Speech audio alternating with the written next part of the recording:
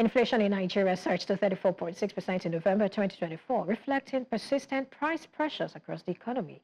As food prices, transportation costs, and housing expenses continue to drive inflation, Nigerians remain hopeful for a deceleration in the coming months. However, with year-on-year inflation showing significant increases and regional disparities in inflation rates, the challenges for policymakers and businesses are evident. Joining me for more on this, I have Dr. Paul Alaje, who will be joining me very soon, of course. And right here in the studio, I have Felicia Awolope, Investment Research, Macros, and Consumer Goods. Thank you, Felicia, for joining me today. Thank you for having me. Absolutely. You know, one of the things I know clearly is that nobody was expecting disinflation this time around. I'm not sure anybody was expecting that. I don't think anybody was. Absolutely. And then another thing I see is that, you know, when you look at this particular inflation, the pace of increase sort of, reduced compared to what we had September to October. So does this point to anything for you? I mean, if you look at the drivers of inflation, what happened in October, what happened in September is, quite different from what we saw in November. In September, October, we saw high fuel prices. For October, we saw fuel prices increased by around 15%, and this drove the transportation index and also affected food prices for the period, which is one of the reasons why we saw the, sharp increase that we saw during that time. But coming to November, the effect of this, hike in fuel prices are beginning to normalize. And then the fact that the Naira was less volatile, if you look at the volatility of the exchange rate in November, it was around 1.3% compared to like 3% that we saw in October. So all this just points to the, slower pace that we saw in November compared to what we saw in recent months, really. Well, looking at that, what does that tell us for December and even the months to come, maybe Q1? Also, for December, of course, we expect inflation to maintain its uptrend. Typically, around festive seasons, there's increased demand for goods and services, food items, clothing, shoes, and all that. And then if you look at also the fact that global commodity prices increased, in the last 2 months, it's something also that will drive the prices of some of these imported items in the economy. So for December, of course, we expect, heightened demand ahead of, due to the festive seasons, and then the fact that, there's already the ongoing supply deficit for the food sector. All this just points to the fact that for December, inflation will maintain its uptrend. However, going into next year, we expect to see moments of deceleration where the base year effect of last year begins to take effect, and we're seeing slight moderation in inflation figures for certain periods. However, although we are seeing, periods of disinflation, we don't expect it to be a straight disinflation trend for the rest of next year. We still expect to see, while we're seeing periods where inflation declines, then, maybe the following months, the following 2 months, we see inflation, start to go up again. But what would be the factors that were responsible for that? Are you looking at some policy issues or what? So currently, the inflation, this is evidence. The inflation drivers in Nigeria, they are still persistent. If these drivers are not properly addressed, the next thing, the only reasonable thing you would see would be that price levels will continue to increase. So while we're expecting that the base effect from some months last year when we saw very sharp increases could moderate figures, and also we're seeing the normalization of some of the drivers that drove the sharp increases we saw this year, the fact remains that these drivers of inflation, the ongoing supply deficit that we have, there's the insecurity in food producing regions, there's the fact that we don't have adequate storage system. So when we even see maybe there's a robust harvest yield, the fact that we don't have adequate storage system means that this yield does not get to tide us for as long as it should, because some of it will get spoiled, some of it will just have to be sold off at very cheap prices. And what that means is that for some moments, especially during the harvest season of some particular crops, we see prices maybe moderate to an extent, and then the following 2 months, prices start to go up. It is because of the ongoing legacy challenges that we have in the country's food sectors that are yet to be addressed. So until these factors are addressed, it just means that inflationary drivers are still very relevant, and then inflation figures inflationary pressures at least would continue to, persist, while high base effects and the effects of some policies in the short term in moderate figures. The general outlook is for price levels to remain high until we begin to see sustainable actions that would actually address these ongoing legacies in the food sector. You know, you said something about some of these legacy issues not being addressed. And don't you think that's worrisome? Because we also know that the government is taking some steps, which probably you just talked about being maybe short-term goals or short-term effects, or they could give us short-term effects and all of those. What are your recommendations for, something that is lasting, not just whether you're talking about the suspension of excise duty on food items or the distribution of bags of rice, or even the reduction in the prices of bags of rice to about 40,000 naira, or even, some of these other things that the government has done and is doing. Looking at these things, would you say that they have worked so far? Are they responsible for the moderation you're talking about at this point? Okay, well, we would say that for some of these policies, we can attribute, the moderation or the lesser pace of increase that we've seen to a bit of these policies, like the suspension of import duties. It would mean that the prices of import-dependent items would not have gone up as much as it could have, right? But really, the major drivers need to be addressed. Like I mentioned earlier, insecurity in food-producing regions like Benue needs to be addressed. If these regions are responsible for a significant amount of food items that are being supplied, farm produce, then insecurity in these areas just means that we're already short on supply. So if we're able to address this storage system, like I mentioned, if there's adequate storage system, so that when we even see, buoyant harvest yield, it is able to tide us over. We're not just seeing moderation for just a short amount of time and then prices start to go up again. So really, we need to address the infrastructural deficiency in the agricultural sector. Who is responsible for all of this? Let's ask that question again. The Seriously, I think. So what's happening? Why? Authority. Because, we hear a lot of these things. There are times we hear policy directions, policy statements, and all of those. And it doesn't seem to me that there is so much effort to deal with supply chain issues. It doesn't seem to me like we're trying to fix, these logistics issues. We're talking about post-harvest losses amounting to 40, 50, 60%. That isn't good enough. And the funny thing is, I remember speaking to some farmers or some people in that sector, and they're telling me that insecurity is not even the main issue for them. They're saying insecurity, yes, it is there, but there isn't insecurity in other parts of the country. So these are the parts where we do not have insecurity being a problem. Why isn't the government implementing policies that could help food production? And not just production, also, of course, getting to the last, to the table of the Exactly. So factors, if you bring out insecurity for regions where we have insecurity, there's the infrastructure deficit that I mentioned. There's the bad road network, which contributes to a huge percent of the post-harvest loss that we see. So because there's not enough, storage facility, and then there's bad road network. By the time, my concern is, why isn't the fiscal authority talking about these things? So maybe I'm not hearing them. Well, I am sure that the fiscal authority is aware of this, and I am sure that probably there are discussions ongoing that we are not privy to that could be, targeted at addressing some of these things.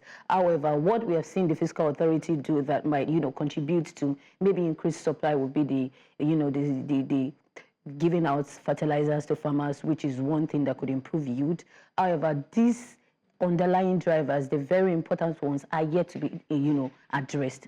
And we believe that it would be, in the plans or in the works to be addressed, because if we don't see these, drivers being addressed, if these challenges are not settled, it just means that while we would be seeing, short-term respite, temporary deceleration, the trajectory for inflation is still not so positive until we see some of these causes being addressed by the roots. Absolutely. Well, I'm also being joined now by Dr. Paul Alaje, Chief Economist and Partner, SPM Professional. Thank you so much, Doctor, for joining me today.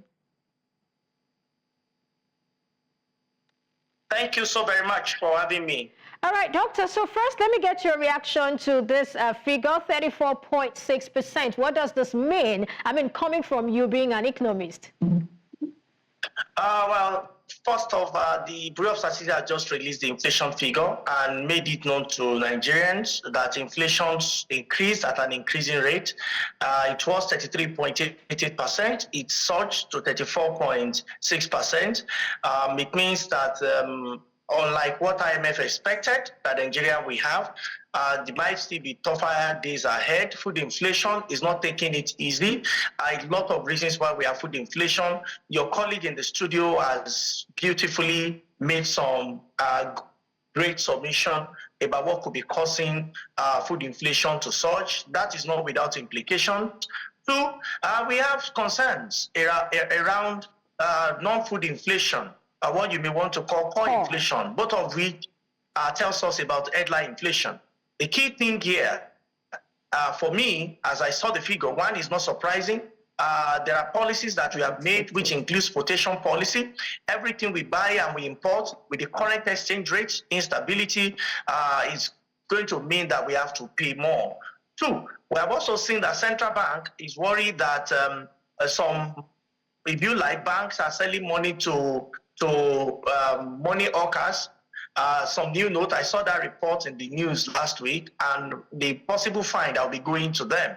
But you know, when the bankers granted their own interview, or they made a release to the media, what they mentioned is that the central bank has not met the right requirement in terms of demand for notes. That does not mean whether we are printing or not. We are talking of physical notes this time. So, but by and large, the system seems not to have had proper communication as to what is expected from it. So what we are all wondering, why do we have high inflation? I am not wondering, because the inflation will stay with us for a long time. Since 2019, when we shut the border, 2020, then we had COVID. 2021, we started seeing unprecedented method of printing money, which accounted to up to $50 billion in Naira was printed. That is a major economic thing. Even though we pegged our currency, or we managed float at the time, but because we are printing inside the room, not wanting the rest of the world to know, until the end of the administration, I am sorry, it's still economic sins, especially monetary economic sins. The next reason why I have seen this huge number, it's because right now, even though we are not printing money in the quantum with which we saw in the last administration, but we have floated the currency. Both we mean the same thing. What does it mean? The value of Naira will reduce.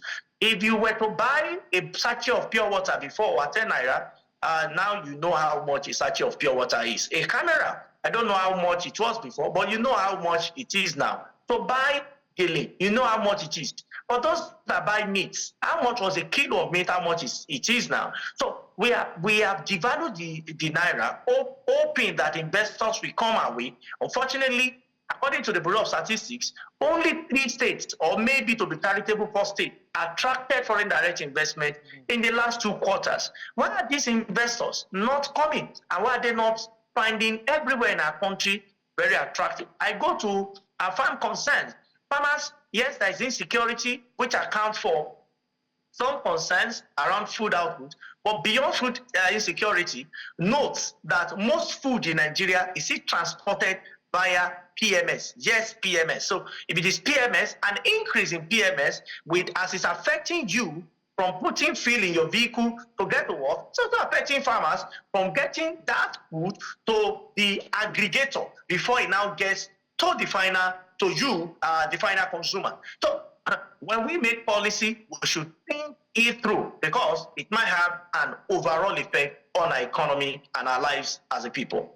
Well, I'm tempted to ask you, what then is the way out? Because you've painted a great picture. A lot of way out. First, our inflationary pressure is monetary driven. We need to find monetary solution. The solution will not come for what we have practiced in the last 8 years of raising interest rates. We have raised interest rates, from 9% to 14%, now to 20-something%. And I'm sorry, instead of inflation coming down, it remains stubborn, it remains rigid, and it remains edgy as inflation continues to surge to 34.6. So what should we do? If you do the same thing and want a difference suddenly, then they say it's a sign of madness. But what should we do differently? For me, is to take the Naira.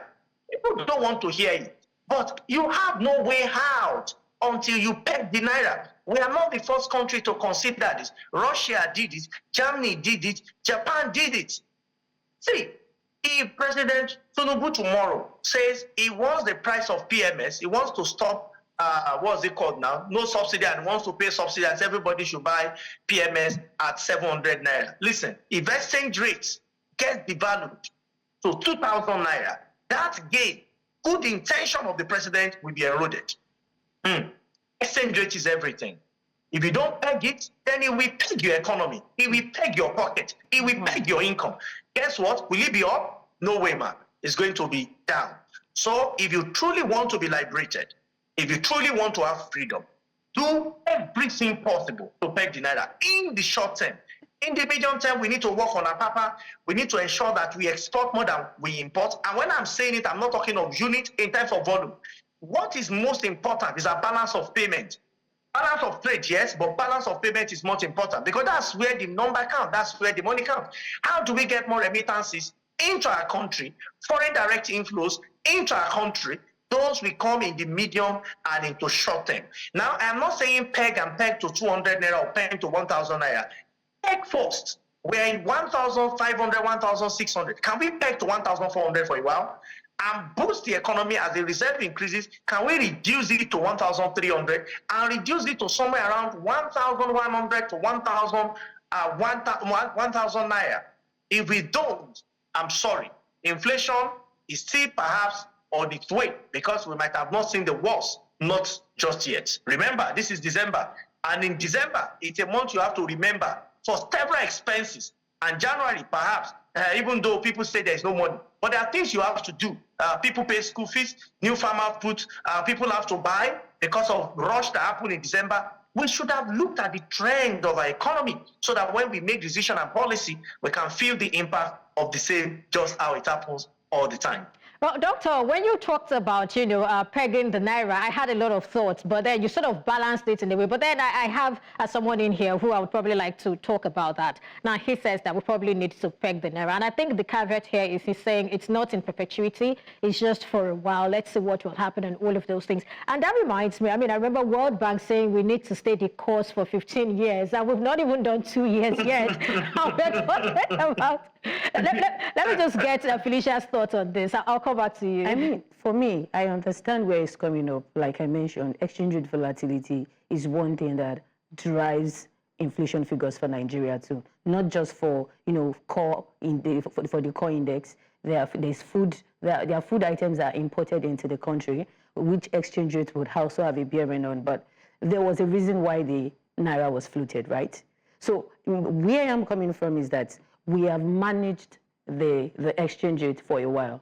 And what we have seen is that it just looks like we're covering a very fatal wound with, a small plaster. It is just us trying to, manage the outside while you understand, it's just like a cosmetic solution. So pegging the naira, managing, running that managed system for the naira was one of the reasons why we got to this point, because it was not evident how bad the economy had gotten. While we were running naira at around 300, 400, the true value of the naira was not discovered, which is one thing that when we floated the naira, imagine coming from around 400 last year, and now we are in 1,600. We went as high as 1,800 this year. What does that tell you? It tells, it paints the picture that we might have been just, covering up a time bomb. That's okay. Now next time when we would now say, we're floating it. No. So I'm saying there was a reason why Doctor, the naira was floated. Just hold on. No. There was a reason why the naira was floated, right? And if we look... Okay, sorry. Okay, Doctor, if you could just give us a second so she can wrap up her thoughts, then you have the floor. So if the naira was floated for a reason, for the true price discovery, what we need to work on now would not be, pegging the naira just takes us back. We already floated the naira, and we're already seeing the consequence. We are seeing that, it's not a very, very, tenable solution. It's not a palatable situation. Okay. Now, like you mentioned, we did not see so much FDIs into so many states. As of Q3 figures or Q2 figures, I think only 2 states saw FDI inflows. Why do you think foreign investors are not bringing in sustainable, capital? It is because of the situation of things in the country. There is the insecurity in regions where it just discourages investors from wanting to bring in your capital into an economy where the peace and the stability in the country cannot be guaranteed. So there needs to be, insecurity needs to be addressed. Like you mentioned, we have infrastructural, deficits that needs to be made up for. If we have steady light supply, transportation network is okay. These are things that will make the situation look inviting for foreign direct investors who are the ones that bring in sustainable, FX inflows into the country. What about earning? Now, the major source of FX income for us is still our oil production. It's still through oil. if we're able to ramp up in oil 30 production, seconds. So let me just put that. If we're able to ramp up oil production, then we're going to see sustainable FX inflows. Now we have Dangote refinery where, you know, it could mean that we might not be importing so much refined products. If we're able to manage, you know, let's just improve oil production. Let's make the economy, you know, palatable and very, very conducive for foreign direct investors to bring in economy. Then it's better to now improve from here than to just take us back to where we were before. All right. That's Doctor, let's get your thoughts on this. Fantastic summation. I agree with the later part of my sister's conversation, but I disagree completely with the beginning. You know, I assume she draws a reference from classical economics, and I'm not going to say that they don't have a point. It's just that their point as classical economists has not worked for any developing country. All developing countries that tries that method have always had their backs on the ground. It's not that it does not work. It worked for a more developed nation. I start with this.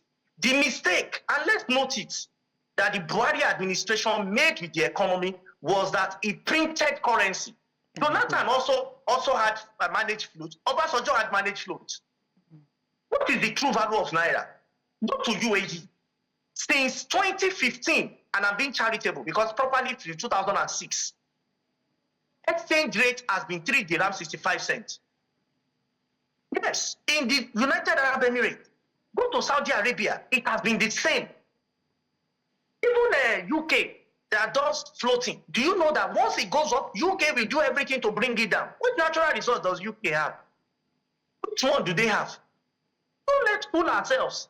Anybody that tells you to find the true value of Naira is fooling you using classical economics. We know better. Don't let us be fooled. Why did you have petrodollar? At this show, and those watching us, go and read about petrodollar and the impact of America, what the American Secretary of State did in Saudi Arabia. Let me tell you, currency and exchange rate is more political than economics. Don't think that, let's allow force of demand and supply to aggregate price. What you are telling me is that you want Anthony Joshua and Mr. Macaroni to fight in the boxing game. Mommy, while we cry. Naira can never. And simple arithmetic. How many countries are keeping their currency in dollars? They have reserved in dollars. How many are keeping their own in Naira? And I've told many African leaders that care to listen, companion of fools shall be destroyed. Not until we come together as African nation to keep our vote in the same currency. That's what Europe did. European countries were sinking until they realized that they need to have a currency that will be strong enough to combat the US dollars. Look at UK. That said, no, we are Brexit. What is the implication on the economy? Don't let us fool ourselves. You have the strength. Honestly. You will never find any discovery than pains, than deprivation, than poverty. You said that we have tried it in the past. Let's ask the anchor. Is your life better off before flotation or is it better off now? She can answer the question. And you can put this on X. Are people's life better off before the flotation policy or is it worse off? At the end of the day, economics is about welfare of the people. That is why we went to school to study it. All right, doctor. So if you don't float, I'm sorry. If you float, I'm sorry, you are floating away the wealth of your people. You are floating away the quality of life. How has the rest of the world, how have they done it? Including Japan, including some countries. Look at Argentina. What is happening in Argentina? They are floating. Their economy is floating. Just recently, a couple of months back, we wrote that Ethiopia should not practice the same policy we are practicing. What happens? The economy went down. IMF, this is justification. IMF, about 3 or 4 Fridays ago, did a report that the policy in Nigeria is not working. Don't believe me. Go online and check it. All right, Dr. Alaje, I think this is a good place to draw the curtain. So please, when we look at policy, let's look at them holistically and see how it impacts our people positively. Thank you and God. All right, thank you so much, Dr. Paul Alaje. And thank you so much for your time. I guess you wanted to say something. I give you 10 seconds. No, I just wanted to say that I understand the impacts that we've seen on the people. Like nobody's left out. But I think it is better to move forward than after people have gone through what we've gone through, then bring us back. And there's going to be a time where we'll have to float again. So really, I understand the situation of things is not palatable. And pegging it would actually improve the life of people, to be honest. All right, I think we have to close it here. Thank you so much, Dr. Paul Alaje, Chief Economist and Partner, SPM Professional, for your time on the show today. Thank you so much. We'll leave it at that. Felicia Awolope, thank you so much. Thank you for having me.